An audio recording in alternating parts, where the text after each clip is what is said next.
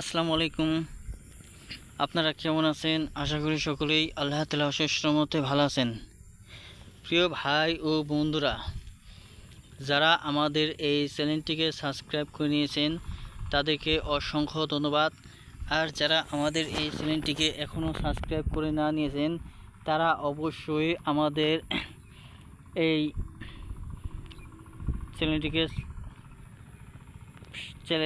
Subscribe করার জন্যই ধন্যবাদ এবং সবসময় আমাদের পাশে থাকবেন। তো প্রিয় ভাই ও বন্ধুরা, আপনারা যে শাকগুলো দেখতে পাচ্ছেন, তো স্ক্রিনে দেওয়া সেই শাকগুলোকে সেঞ্চি শাক বলা হয়। এই সেঞ্চি শাক দেখতে পাচ্ছেন এরকম প্রতি জমির মধ্যে যে হয়েছে এক পাশে। তাছাড়া ধান ক্ষেতের আইলে বাতরে এগুলো হয়ে থাকে। তো এই সেঞ্চি শাকগুলো চাষাবাদ করা হয় না, বিনা চাষাবাদেই এই সেঞ্চি শাকগুলো হয়ে থাকে।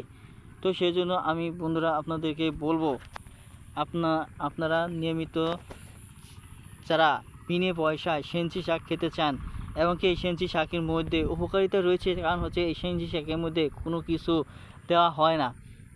তো প্রিয় ভাই ও বন্ধুরা, আপনারা গ্রামগঞ্জ থেকেই এই শাকগুলো পেয়ে যাবেন, কিংবা বন্ধুরা আপনাদের যে সমস্ত অঞ্চল হয়েছে কিংবা এলাকা রয়েছে সেই সমস্ত এলাকায় খোঁজ করে নিলেই এই সেঞ্চি শাকগুলো পেয়ে যাবেন।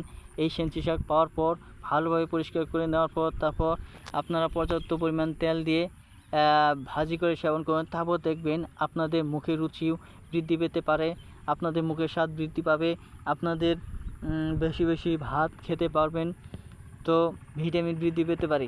তো সেঞ্চি শাকের কিন্তু আমি নিজেও খেয়েছি, বেশি পরিমাণ তেল দিয়ে খেলে অবশ্যই সেঞ্চি শাক অনেক ভালো লাগে। তো ভিডিওটি ভালো লেগে থাকলে অবশ্যই আমাদের পাশে থাকবেন, ভিডিওটি শেয়ার কমেন্ট করবেন। ধন্যবাদ।